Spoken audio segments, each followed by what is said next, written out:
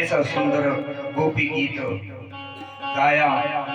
कहा गोपियों ने कहा कि हे कन्हैया, अब ये जो हमारा ब्रज है इसकी महिमा स्वर्ग से भी बढ़कर है, वैकुंठ से भी बढ़कर हो गई है, और आप हे कन्हैया इस वैकुंठ से भी बढ़कर इस वृंदावन को छोड़कर आप वैकुंठ की तरफ भाग रहे हो।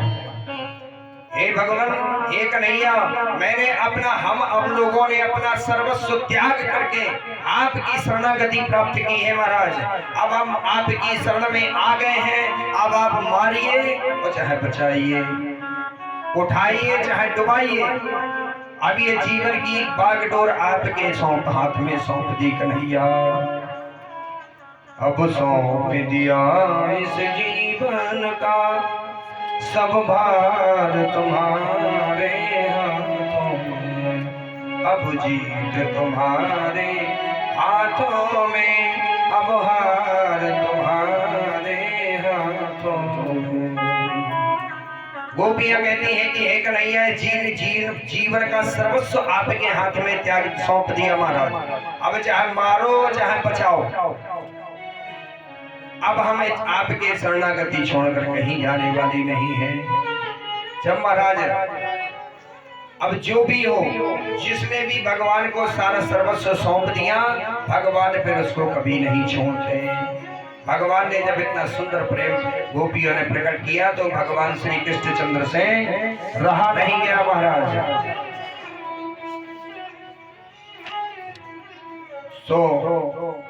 भगवान श्री कृष्णचंद्र अचानक से उन सभी गोपियों के बीच में प्रकट हो गए।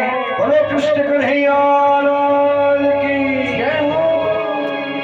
देख करके सारी गोपियां प्रसन्न हो गई, प्रेम से आंखों से अश्रुधारा बहने लगी। उन्होंने कहा कर देवियों, जब मैं चला गया था तो आप मुझे अपने घर क्यों नहीं लौट गए, यहाँ क्यों घूम रही? उन्होंने कहा कि हे कन्हैया, हम जाने के लिए नहीं आए, हमें जाना ही होता तो हम आते क्यों। अब जो कुछ है भगवान आपके शरण में है, जो करना है आप करो, अब हम कहीं जाने वाले नहीं। तो भगवान उनकी इस कथा से, सुंदर प्रार्थना से महाराज प्रसन्न हो गए और भगवान श्री कृष्णचंद्र ने उनके साथ दिव्य महाराज किया, प्रारंभ किया। तो एक बात हम आपको पहले भी बताए थे कि अगर राम जी का कछु होए या कन्हैया का कछु हो तो महाराज भोले बाबा कहूं नहीं रुकने वाले, रुकते हैं नहीं रुकते। राम जी के यहाँ भी गए, राम जन्म में भी गए, कृष्ण जन्म में भी गए, जो भी उत्सव हुआ महाराज वो दर्शन से नहीं चूकते।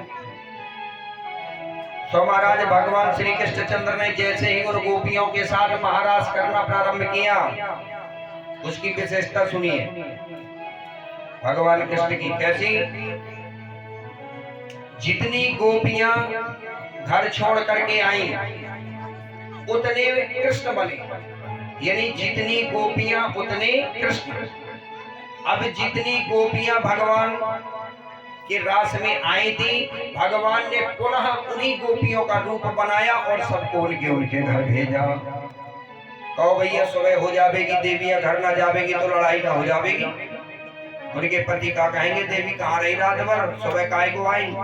इसलिए रात ही में भगवान ने उनको अपने रूप को बना करके उनको सबके अपने अपने घर भेज दिया। जितनी गोपियां आई उतने कृष्ण बने, फिर जितनी गोपियां आई उतनी गोपी बन करके सबको उनके घर भेजा। ऐसा सुंदर कार्य किया भगवान श्री कृष्ण ने।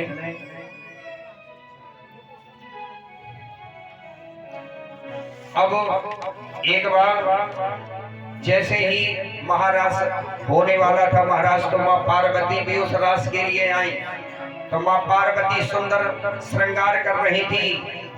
तो भोले बाबा ने कहा कि देवियों कहाँ जा रही हो देवी? तो उन्होंने कहा कि प्रभु भगवान श्री कृष्णचंद्र यमुना के किनारे दिव्य महारास करने वाले हैं, तो हम भी उस महारास में शामिल होने जा रहे हैं। तो भोले बाबा ने कहा कि देवी देखो अकेले अकेले कहीं नहीं जा रहे, अगर आप जाएंगी तो हम भी जाएंगे। उन्होंने कहा कि देखो प्रभु आपने कहा उस महारास में एक नियम है, बोले कोई पुरुष नहीं जाएगा, जो जाएंगी स्त्रियां जाएंगी, पुरुष कोई नहीं जाएगा। अच्छा पुरुष नहीं जाएगा, कोई बात नहीं, पुरुष ही नहीं जाएगा, स्त्री तो जाएगी, गोपी तो जाएगी। हाँ गोपी जाएगी। सो भोले बाबा ने महाराज अपनी जटा खोली, लो देवी लगा चुटिया बनाओ हमारी, लाल सुंदर अपनी शादी वाला लहंगा। अब भोले बाबा ने अद्भुत श्रृंगार किया और कहा कि देखो देवी अब हम उस रास में जब दर्शन करने तो हम जरूर जाएंगे, अब अगर शर्त है कि कोई पुरुष नहीं जाएगा तो महाराज हम पुरुष बन के नहीं, हम स्त्री बन के जाएंगे। तो भोले बाबा ने भी बड़ा अद्भुत श्रृंगार किया, आइए उनका दर्शन करें। एक दिना भोला भंडारी, एक दिना भोले भंडारी, एक दिना भोले भंडारी, हरे बन के ब्रज की नारी वृंदावन आ गए।